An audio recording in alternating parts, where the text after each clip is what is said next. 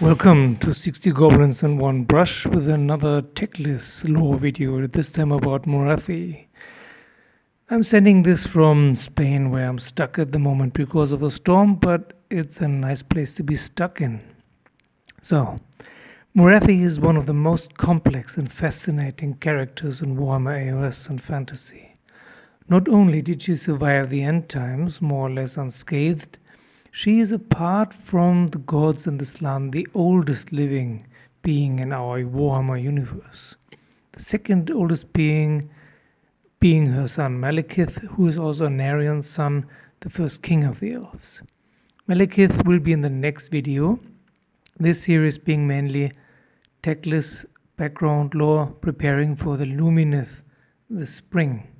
So, when the end times happened, Morathi was already about 7,000 years old, looking on the other elves, humans, and dwarfs like insects, coming and going in the blink of an eye. They did not matter to her at all, only her agenda mattered. She never cared for anyone except Inarian and maybe Malekith and maybe Tyrion. The only thing she ever really wanted was to be a goddess. A goddess. And now in the AOS Warhammer universe, she almost is. She is a half goddess and one of the toughest characters you can play or play against.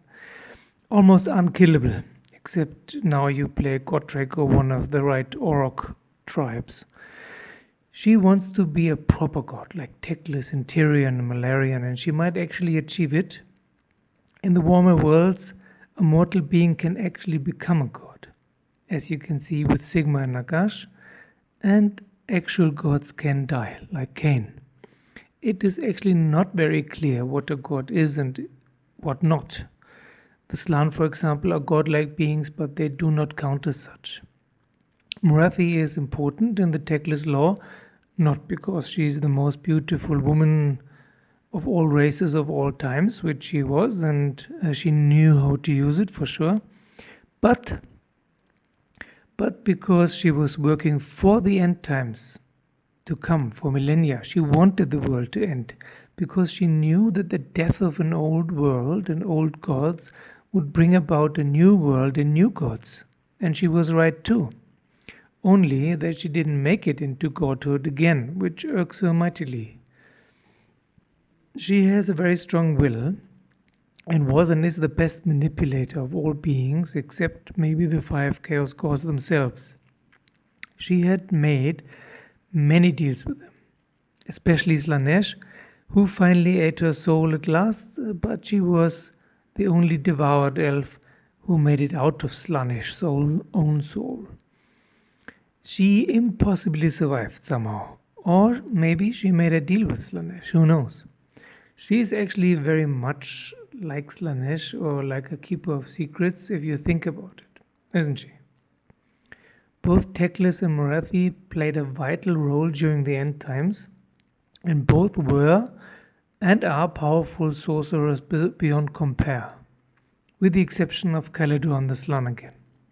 So in the end, the two greatest mages, Teclis and Morathi, did do battle, just as Tyrion fought his archenemy Malekith.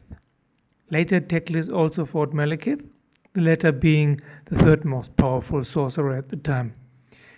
Afterwards, the GW story writers, screwed things up big time. I think we all agree on that. And they had Morathi marry Tyrion and then go mad, and in the end times, by mistake, enabled Slaanesh to come into the world and eat all the elves, while Teclis tried to hold everything together. That is a pity also now, because in AOS she's not as interesting and multifaceted a character anymore as before. Now she's mainly trying to become the new and female version of the god Cain.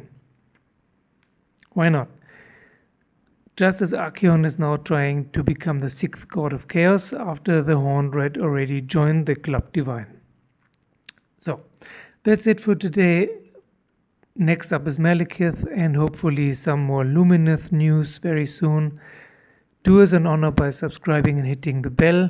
Please leave your comments below. What do you think about Morathi before and now? and of course to battle. For example, Daughters of Cain versus the Ever Chosen.